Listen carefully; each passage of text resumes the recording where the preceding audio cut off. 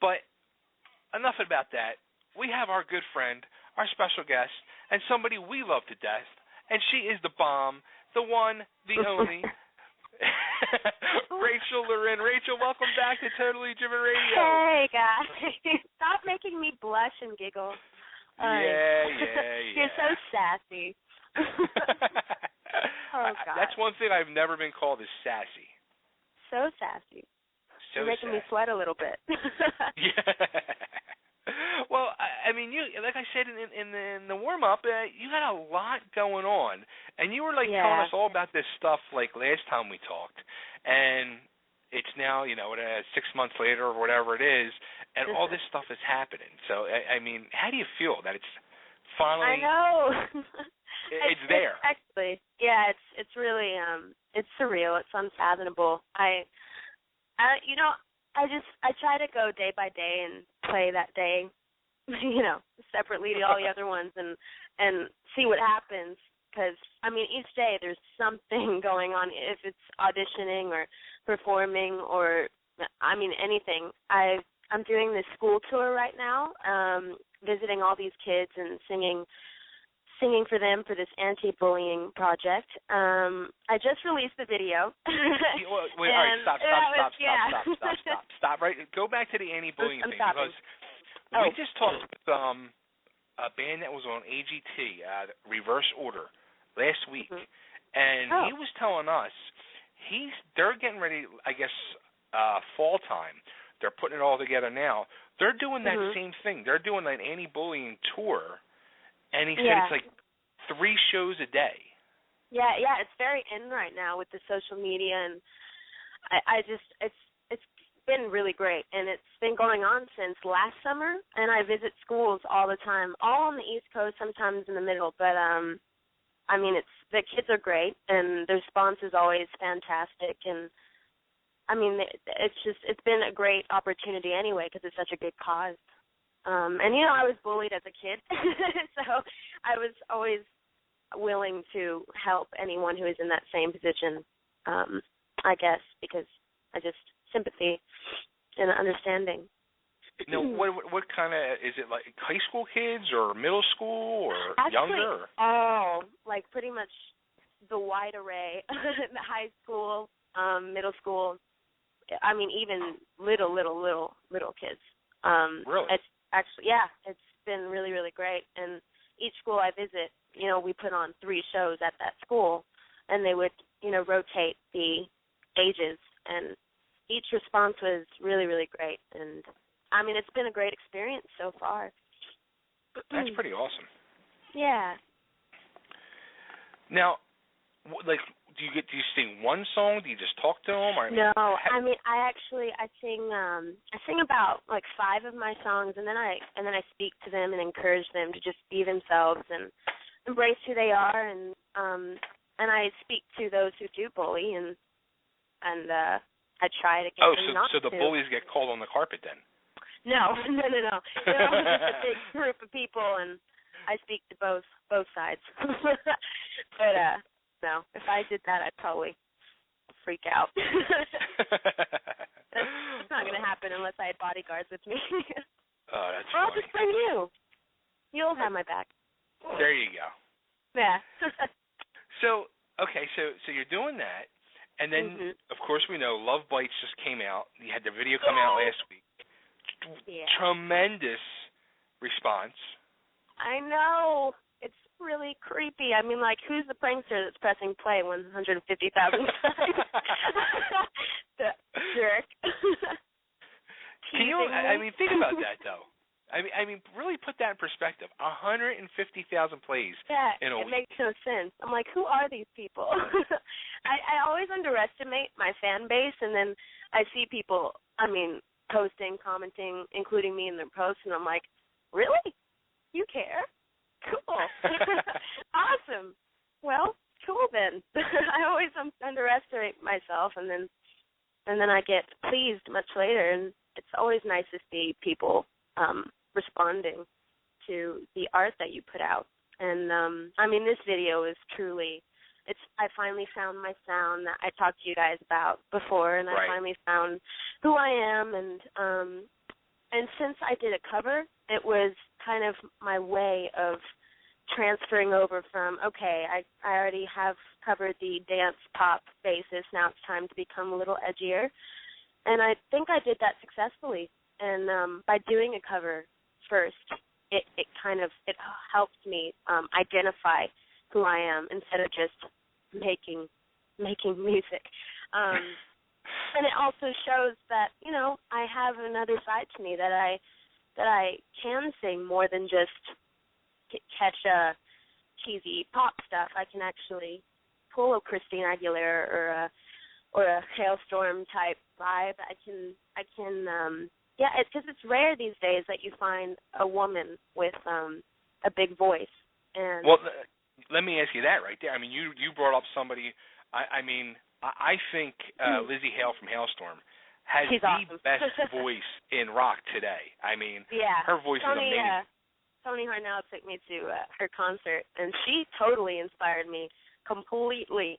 And you'll probably hear some of her voice in mine sometimes when I release my new music. And you know, it's so nice to have people to look up to, and not like the common stuff you see every day on the radio. It's so nice to see different people like her, and it's just been really great and inspiring for me, you know, because I've been this 80s rock fan forever, and she kind of brings that back, and it's so nice that someone modern is like that. And it's really, I mean, people like that inspire me to write, to sing a different way, and, you know, accept who I actually really am instead of trying to just fit in. See, now, I never would have honestly thought that about you. I thought you were like the club girl, the pop girl. I never would have thought there was truly a rock side to you. Oh, hell yeah. Are you kidding? My mom, growing up when I was like, I don't even know, 7 or 8, she had all these 80s records, and I swear that I went through this whole 80s fetish almost. I had this ungodly obsession with that. I mean, Def Leppard obviously was insanely amazing, and all of these amazing people. I'm even discovering bands today, and I'm like, holy crap, where have I been? Like, you know, Rainbow and Judas Priest. I mean, come on now. Yeah, so I mean, I've always just been a huge fan, and I've just never had the guts to let her rip. So working with Tony Harnell, I mean, you've been working with Tony. Mm-hmm. I mean, he started as kind of like a vocal coach with you? Yeah, I met him at a hot sauce event for Bumblefoot, and I was so taken. Don't laugh at me. Don't quit it. Because every time I talk about Bumblefoot, it involves hot sauce. It always involves hot sauce. Bumblefoot equals hot sauce. Simple. And then you think of tortilla chips, and then you get hungry, and whatever. But anyway, I met him at Bumblefoot's hot sauce event, and I met him through a mutual friend, and I was so taken, and I had an obsession with him when I was 9. It was weird, but I was like, dude, I would love for you to listen to me, and you know, because he told me he was doing lessons and all this stuff, so we friended each other on Facebook. We started talking, and then from there I had my first lesson, and he was pretty stunned by my voice, because we started in this really, really tiny, dry karaoke room with literally no acoustics, and I was like, great, this is great. But I sang, and he was shocked, and from that, he pretty much just picked me up, and he first coached me, and now we write together nonstop, and we were just in the studio 2 days ago recording and finishing my album.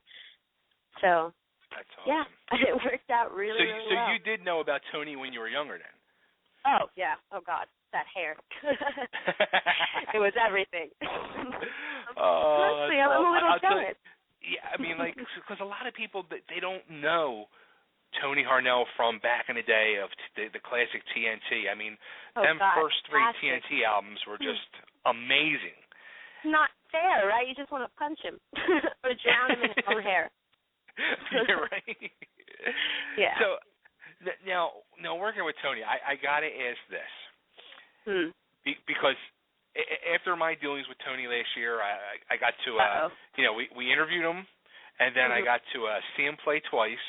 And when I got to see them play, I videotaped a bunch of the stuff. And afterwards, he sent me a message. He goes, "Yo, please, whatever you do, can you send me the files first and let me see them before you put them up?" And I was like, "Yeah, he does that." I was like, "Yeah, okay, yeah, sure."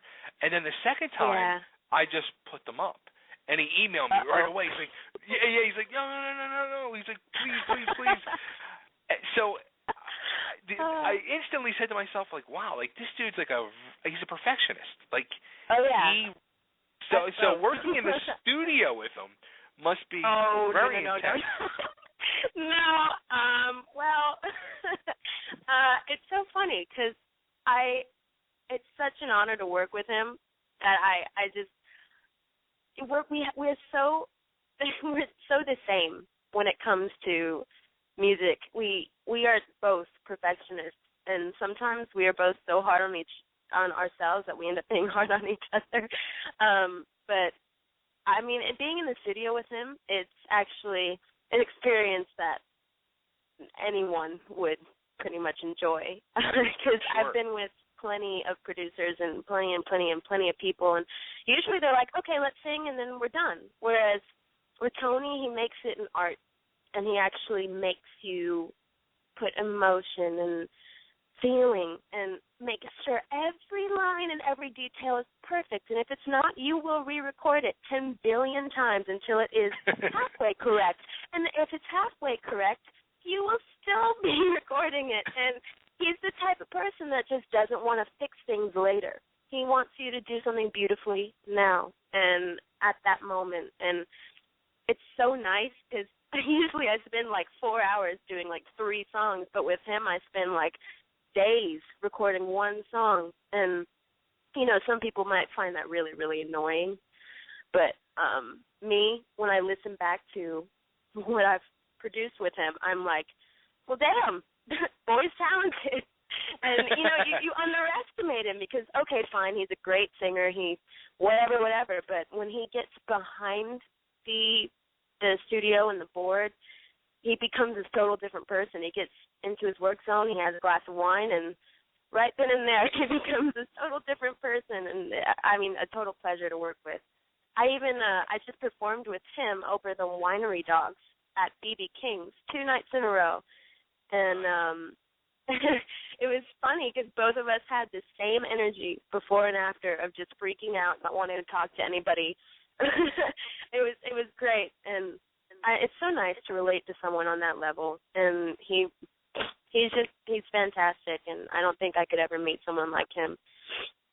So you guys you're doing a full album now? Yeah. Yep.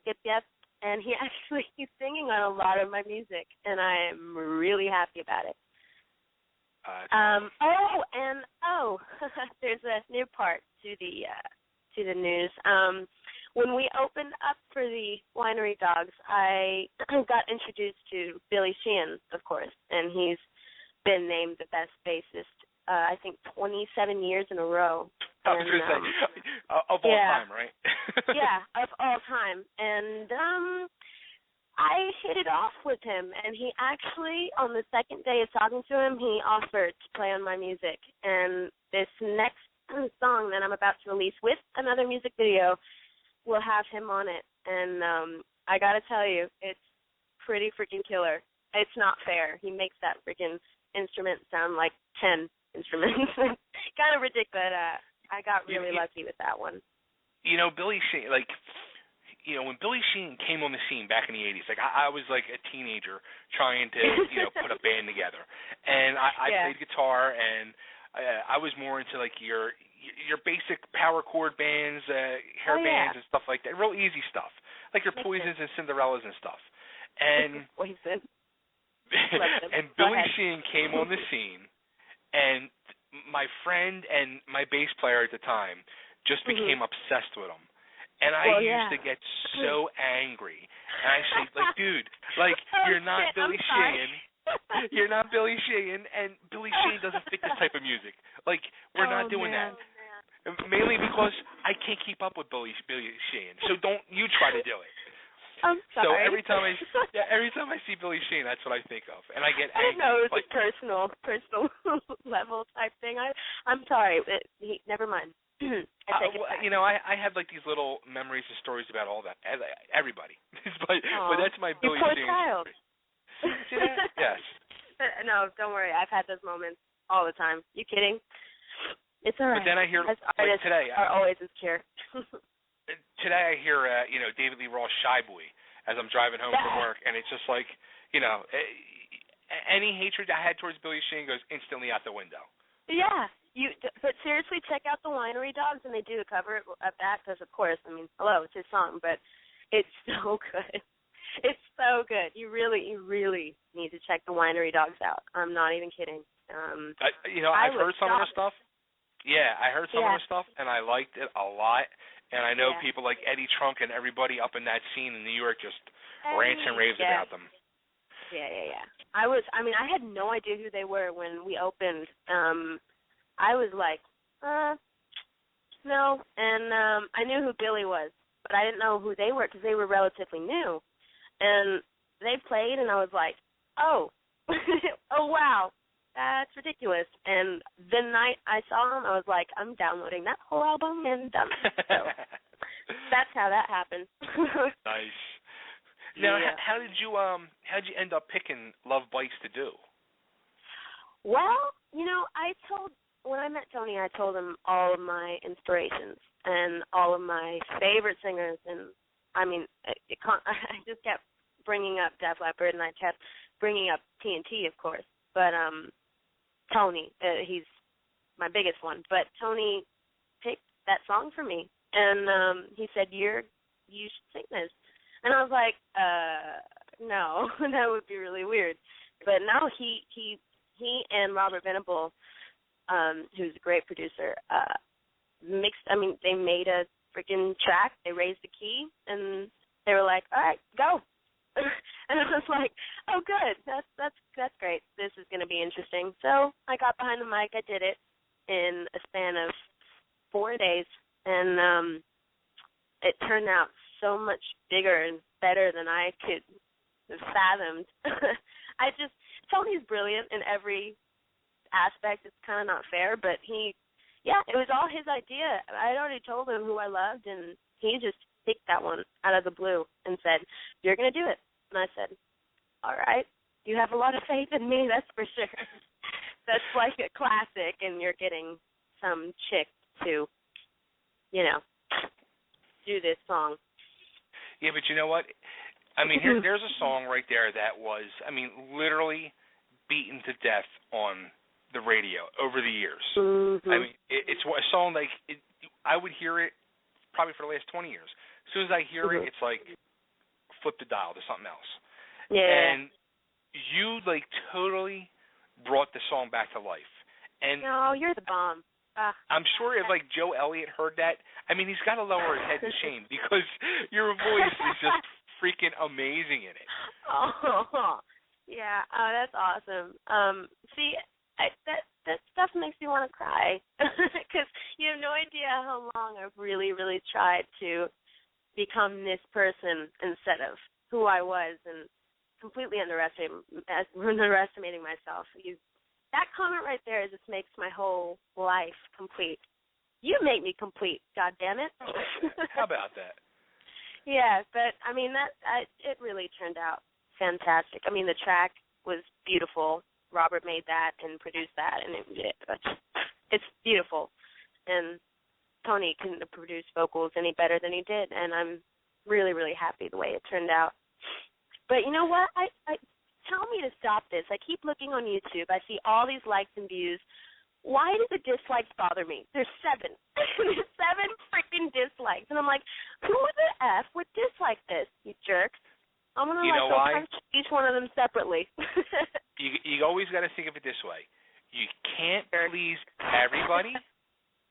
And usually the people, we all want to, but we can't. I know. But the people that are hating, it's so funny because every time we look together at the views and the likes are like, oh my God, this is so amazing. I'm like, yeah, but the dislikes. but the people that are hitting dislike are the ones that are jealous. I hope so. I'm gonna do something about it. I don't know what it is, but I'm gonna do something. They better be afraid. I almost wish it showed like the people that did dislike it, and I would like call them out, say something, be like, Look, "Dude, you have no life. Why are you disliking my shit?"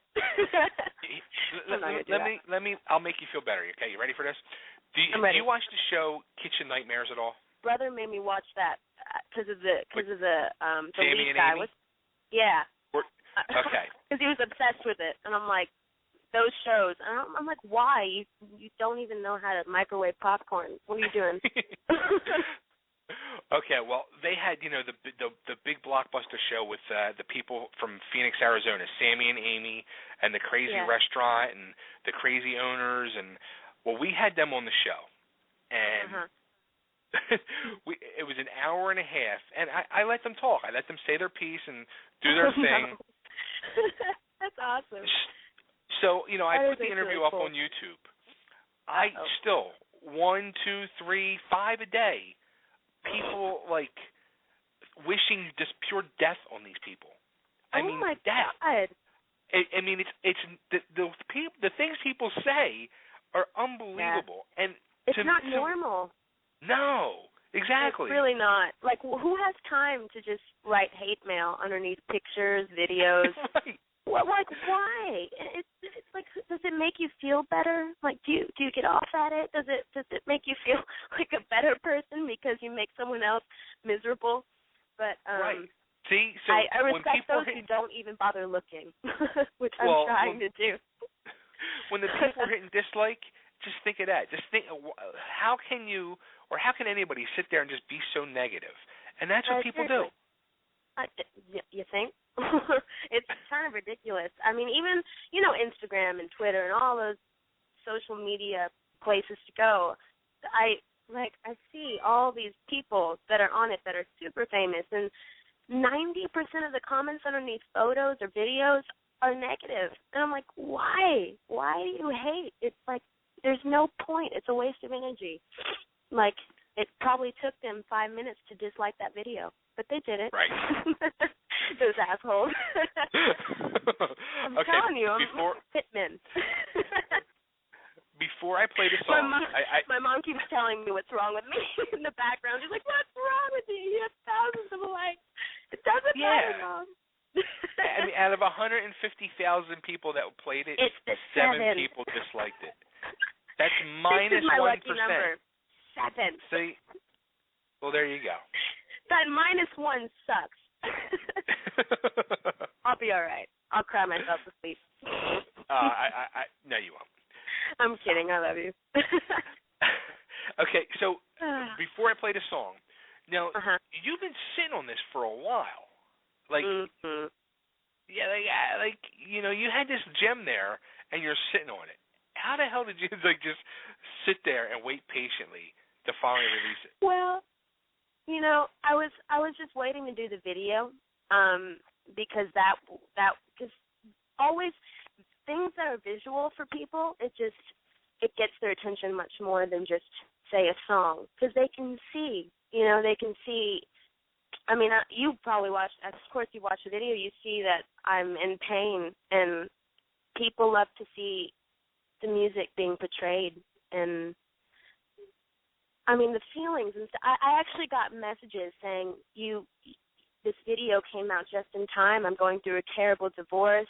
I got another one that was like, oh, my God, I was about to kill myself, and I decided not to because of this video. So that's why I was waiting. I didn't want to just release the song and then release the video. I wanted to just wait and let it explode. Because I think if I released the song and then the video in that order, I probably wouldn't have gotten the reaction that I did. Right. So that's why I did it. The response has been great. Good call. Yeah. All right, let's play this. Let's do it. Let's do this. Let's do it. All right, here we go. Woohoo! The Totally Driven Radio world premiere of Love Bites, not by Def Leppard no more, by Rachel Lorin. So here it is. Hold on to your seat, but she's gonna blow you off your chair. So hold on. I didn't want that to stop. You're the bomb. Yeah, did you hear that chipmunk note at the end? Oh. That is friggin' awesome. Friggin' awesome. Thank you. You are the bomb, making me feel all good and shit. Look, I'm not BSing. I'm not blowing smoke. You know, if I didn't feel that way, I wouldn't say it. I mean, amen.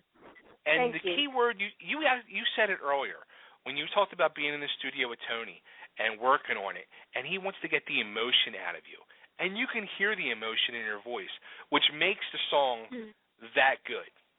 Thank you. Yeah, it was really a journey recording the song, because each part of the song has a different, vocal quality. In the verses, it's very angelic. In the B sections, it's meant to be, all right, grow some balls, girl. And then the chorus, I'm letting it rip, letting my feelings out, explode. And it was an emotional recording session. The couple of sessions we had, there's always emotions running high and getting me to cry and shit. But it worked, to tell you what. Yeah, I don't know why. Every single time I sing a song that really, really inspires me in some way, I get emotional, and it's kind of silly, because when I sing live, everyone's like, "Why are you crying? You're great," and I'm like, because I'm so happy. So I don't know. I'm a total crybaby sometimes.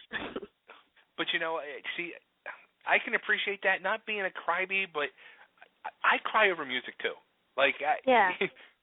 There's just certain music, certain songs, they move me to tears. And a big one, and I don't know what the friggin' reason is, but the Foo Fighters.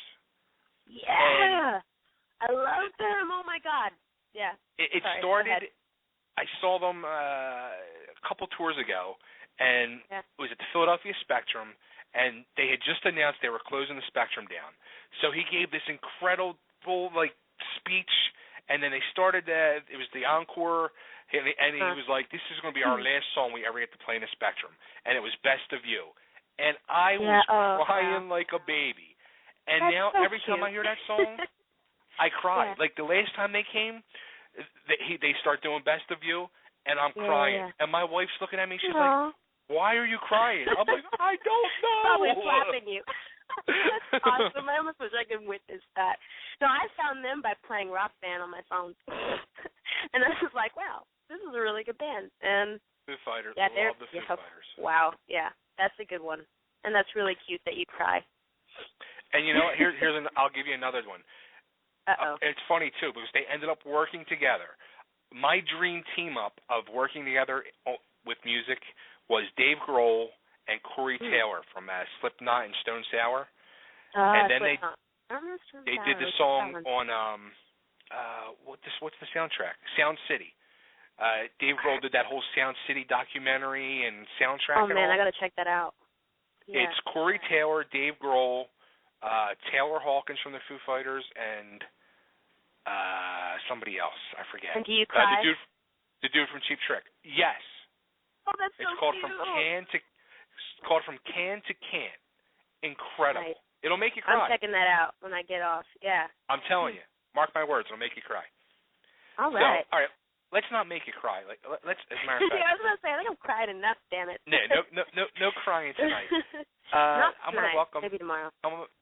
I'm going to welcome on with us my good friend, Mr. Jimmy Giannetti, who's my co-host for tonight. He's a little late, but hi. Hey. Late. You better look cute and be fashionably late. Otherwise, it's not excused. I am always fashionably late. That's the only fashion that I have in my life. Fashionably late is how I come. Oh, damn. But that's really cute. I just want to say how great of a song that was that I thought. Aww. I love the original. I'm a Def Leppard fan from way back. Who isn't? Love the original, but yeah, that one truly, truly did touch me. Thank you. That's a great song. So I'm just. Is it in your gym playlist? I don't have a playlist. How sad is that? I am so tech unsavvy.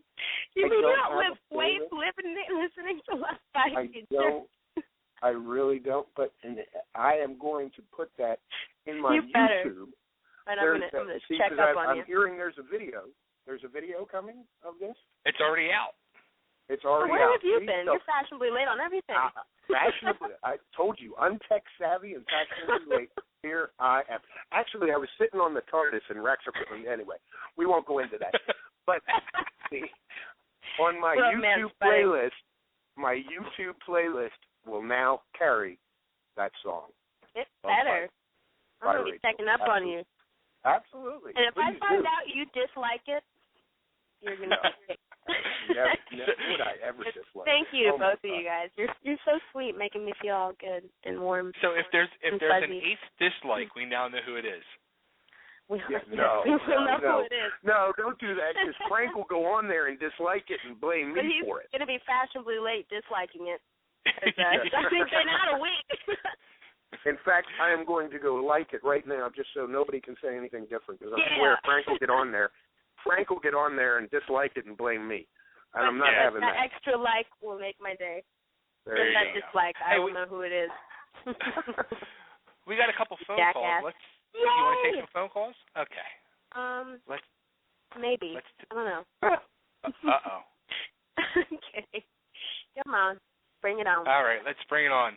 The first one, area code 404. You're live on Totally Driven Radio with Rachel Lorin. Who's this? This is Tom. Hi. Hi, Tom. Hey. How's it going? Good. I had one question for you. How did your high school experience affect your career now? Well, it really, that's actually a good question, because one of the main reasons I moved was because how much I was feeling different back in Georgia and feeling completely out of sorts. And I felt like I couldn't really get along with anyone towards the end. And finally, I didn't fit in whatsoever. And I started traveling to New York in the summers and California to work. And I realized that I was a much better fit in New York, and I felt like I belonged there. And so, it wasn't even a school experience that pushed me to that place. It was pretty much everything. It was how I was living, how life was going, what I wanted to do versus what I was doing. And so I finally just moved with my whole entire family, and that's why I came up. But, like I said in the beginning, I've been doing these anti-bullying projects all around schools, and that's the only reason I really brought up my high school experience and middle school experience, because of that. But that would never push me more than what I actually really, really wanted to do, to move somewhere. Did your experience in Georgia really push your career forward? Yeah, because I got a lot of experience down there before I even came up here. I wouldn't have any of the opportunities I've had in New York if it wasn't for Georgia. I mean, I did tons of plays. I did High School Musical 1 and 2 on Broadway, and we toured and all that stuff.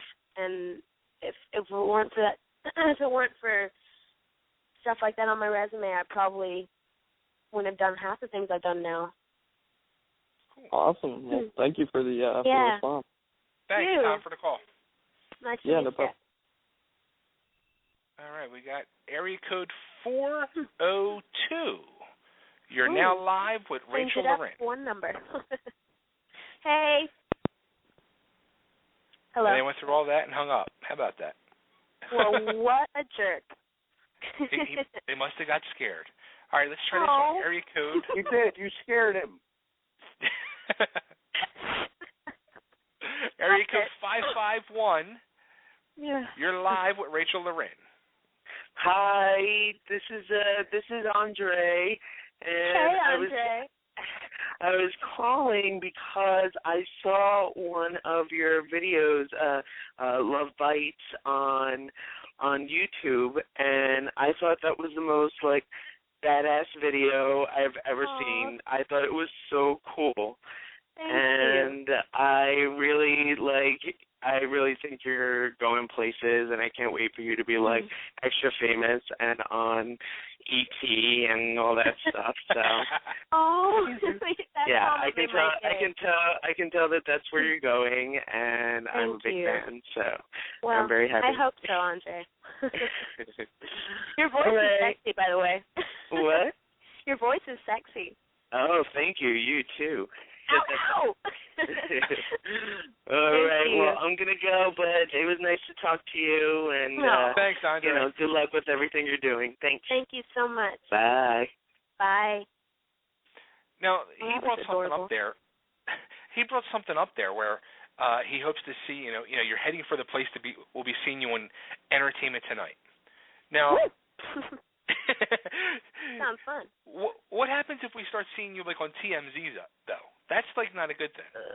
You know what? You probably won't unless someone makes up something, because I'm kind of the most person outside of performing. It's actually really funny. A night out for me is going to the movies with my mom and my dog and some friends. That's as crazy as it gets unless I'm performing at a club or something. I really don't think people could ever find much that I do wrong unless I have some wardrobe malfunction nightmare, which I really hope doesn't happen. But you know what? You never know. You got to save that for the Super Bowl appearance. Yeah. Oh God. Yeah. Maybe my boobs want to premiere. There you go. That's not good. But if it happens, it happens. It happens to everyone, I think. So, but yeah, I don't think you'll find me cheating on a boyfriend or doing something scandalous or sneaking into places. I don't know what famous people do, but yeah, I promise. They do the darndest thing. Now, you mentioned also too that your mom was a big fan of the '80s music growing up and used to listen to her music and all. With her big what did she hair. think? With her big hair. What did she think of your Love Bites version? Well, let me tell you this story. When I met Tony, I went to the bathroom. I was like, Tony, give me 5 seconds, I'm going to go to the bathroom. And he said, sure. And so he was talking to the guy we both know. And I went to the bathroom, and I called my mom. I was like, Mom, guess who I met? Holy crap. And she's like, who? And I'm like, Tony, I know. Oh, my God. And she was like, oh, my God. And we were having a retarded girly moment over the phone. I felt like a gay man on crack. I don't even know. It's really funny. I swear. And I panicked, and then I told her that, and she and I both had this weird, and I went back out, and I was like, I'm fine, I'm good, I'm a lady, I'm classy. All right, back to being normal. But when she started, meeting Tony, and when we started working together, she couldn't have been more tickled pink. I think she was she was so excited, and she was like, I want to meet him, oh my God. So obviously she was more than gung-ho about the Love Bites video. And she and I both have thanked Tony like religiously almost every day for how much he's done. And, it's funny, my mom is almost more excited about me than everything. It's very awesome how supportive she is. Say hi, Mom. Hi. She said hey. Hi, Mom. He said hi, Mom. But yeah, she's always been there with me. So if she wasn't cool with it, then it ain't gonna happen. That's awesome. Now, how about with the whole the single you had earlier in the year with Pitbull, burning up the club? Yeah, we burned up the club. Hell yeah. It got released out in Asia, and it somehow, it always does, like it always happens, like Gangnam Style did. That always happens through DJs that know people from other countries. Blah blah blah. We're gonna have a release party in New York, and you guys need to come this month. But yeah, we released it in Asia, and it did fantastic over there. And then I went to London, and it's moving around, and it's doing really well, and I'm getting all these new great followers like everywhere, and I'm like, who are you people? And then they bring up that song, I'm like, awesome. Like, it's awesome. I might be burning up the club, but you're burning up my feet, so that is fine. But, now, with a song really like that, like, I mean, with all the different, like, artists, I mean, everything Pitbull is involved in, it's usually 3 or 4 different artists on one song. Yeah. Do you all get together in the club or in the studio at the same time? Oh, God, no. I was going to say, is it like that way? That's what I thought. No. I thought it was like, all right, somebody will record their part, and it might even get emailed to somebody, and they'll record their part. Pretty much, actually. It's there. We won't even record in the same studio. We won't even record in the same state or country. It doesn't happen like that, and it never does, and it probably never will, because, of course, Pitbull is busy doing whatever he's doing. Of course, these producers are all either in L.A. or somewhere. But when I got the phone call to sing on his music, I was ridiculously excited. I was like, sure. And I was like, some asshole's pranking me right now, and it's not funny. But they sent the track, and he was on it, and I sung it in New York at this great studio out in Times Square, and we sent it over to California, and within 30 minutes, it had already been done, and they said, great, you're good, you're perfect, and the song will be mixed in however many days, and you will get to hear it when it's however much done or whatever. So it was like, it took me 30 minutes to sing, and then that was it. It just happened, and that's nuts. That was pretty much it. I'm kind of confused how it happened, and I'm still really excited like a 5-year-old in a candy store. But have you ever physically met Pitbull? No. I wish. Are you kidding? That's so weird. I really is. I feel like we're buddies, like spiritually. I feel like we have conversations at night, even though we don't. But I feel like we do. And funny. I'm sure I will one day because there's supposed to be a music video. So we will see about that one. I got to fly out to LA to possibly film that. Nice. Okay, so you're working on the album. Any release date on that, or you said you're doing another single first, or? I'm gonna do another single. I'm releasing. It's called Electric, and it comes with a music video that is state of the art. You will be very, very happy with it, I think. That's the song with Billy Sheehan on it. Hate to bring up a sore spot. That's the song with Billy Sheehan on it. And that one will be released very soon, within the next month, I believe. But I it's kind of crazy.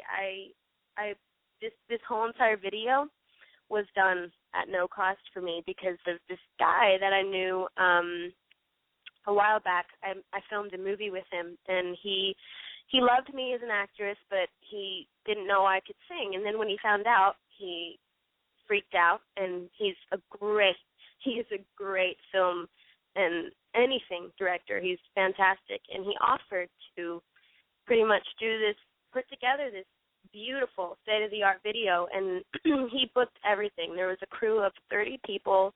We stayed out in this gorgeous chalet on top of a mountain out in Massachusetts, and we stayed there for a week filming, and the special effects, it was insane.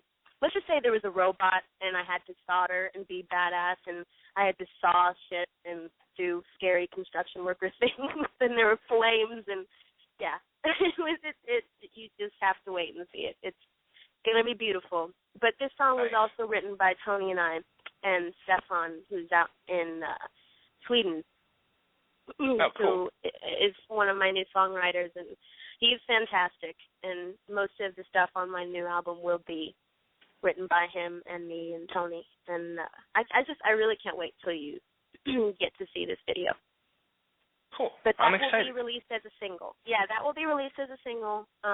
But as far as the album goes, I'm still trying to keep getting more and more songs under my belt so I can pick and choose which songs I want instead of, only being limited to, say, 11 or 12. Because, again, it's only been very recent that I've discovered my new sound and discovered, all right, I don't want to do the pop dance scene anymore. So I'm on to I'm onto this new type of music. So there's all these new songs, and I'm freaking writing all the freaking time now, and it's been a dream come true, really. That's awesome. And I'm really excited to release all of it. You know what, though? In this day and age, though, of music, it's really not even about albums anymore. I mean, it's all about singles and EPs now. Which sometimes it's kind of disappointing to me, but I'm hoping I can flip that around again, because I feel like singles, there's a lazy way around, and I think it's great to release singles, of course, but I really think albums are awesome, and they're powerful, and they tell stories. They connect, and they tell who you are as a person. Whereas a single, it doesn't really give you anything. It just says, okay, this girl can sing, and this is a good song. That's where it ends. Whereas an album, you can do a concert with it, and two, it's a story, and it's your work. And I don't know. I don't totally agree with everything in the music industry these days. But some things are, of course, great, like the social media access. Which you are like queen of all of it. You're all over the place. On top of it. Instagram, Twitter, Facebook. I'm sure I missed some, and there's probably some that I don't even know about. Well, yeah, I know, right? Like I have 2 Facebook pages now. Hey, I'm supposed to be the untech savvy one. You're the fashionably late tech savvy one. Always. But I have 2 Facebook pages now. I have random people making pages claiming to be me. So I guess indirectly I have more than 2 pages. Oh wow. But yeah, and it's great that you have access to all that, but it takes so much work, and I feel like half the time I'm like, Mom, can you help me and create like a tweet or something funny, because my brain is turning into goo. But yeah, it turns fun, into a job. So. It's a complete job. It is. Oh God, it is. But it's so much fun because you get to meet the weirdest yet awesomest people ever. I mean, it's true. I've met people online that I eventually meet in person, and I'm like, that's crazy. If we didn't have access to this type of stuff, then you wouldn't be knowing or meeting half the people. I mean, I wouldn't be able to talk to you guys. I wouldn't be able to do anything really. So it's super useful, yet sometimes a pain in the booty. But absolutely, you got to do what you got to do to become where you want to be, or what you want to be, rather. This is true. Now, how about, is the single available on iTunes, or is it just on YouTube right now? Which one? Love Bites. Love Bites is not available yet. I'm still waiting. I'm still waiting for it to get so massively big on YouTube where people beg for it to just be released. And I'm sure people download it illegally all the time. I'm a guilty contender sometimes. Don't tell anyone. But I'm sure people do that. But it will be released. We're working on it. It will be released really, really soon. You know, it's not even about waiting. It's about the whole rights thing, and if Def Leppard's okay with it, getting rights and all this stuff. But on the bright side, Def Leppard retweeted and favorited the video, which is really cool. I had a fangirl moment there for a second. Yeah, I was like waiting. I was like, either they're gonna hate it or they're gonna love it, and they like did a lot. So that's cool. Yeah, that was cool. That's very cool. Nice. Well, Rachel, it's always a pleasure talking with you. I don't want to leave. Don't make me cry. Hang out then. We just got awkward. Yeah, believe me, you'll have a better time getting people to listen with her on than me. Here. Well, at least I show up on time, damn it. Hey, here we go. Now I was invited late. Let's I'm welcome only to the party. This fashionably stuff too soon. As long as you're fashionable, as long as you're wearing good shoes, you're excused. That's the deal. There you go. No flip flops. No flip flops. God, men in flip flops scare me. No. I have nightmares. Let's welcome to the party, really fashionably late, our true co-host, Nick. You're live on the air. What's up, guys? Hey, Nick. Oh, how are you guys doing today? Sorry I'm late. Fashionably So many late people. See, give him this stuff too. Go ahead. I had to take it. I had to take it, Nick. Take it like a man. Actually, take it like a woman.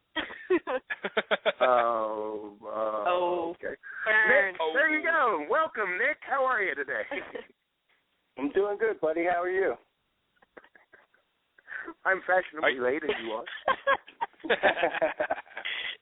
Stop it. That's as long as you guys are wearing good clothes and good shoes, and you guys look good. Oh, we have to wear clothes cute. for this?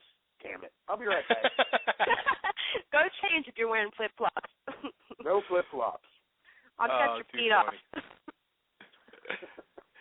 Nick, you're not wearing flip-flops, right? No, I'm good. That would have been awkward. Yeah, right? Yeah. Too funny. So, what do you want to do? You want to hang out with us and talk stupid stuff for a while, or what do you want to do? I just want to talk about stupid shit. All right, cool. We can do that. Let me see. I'll throw some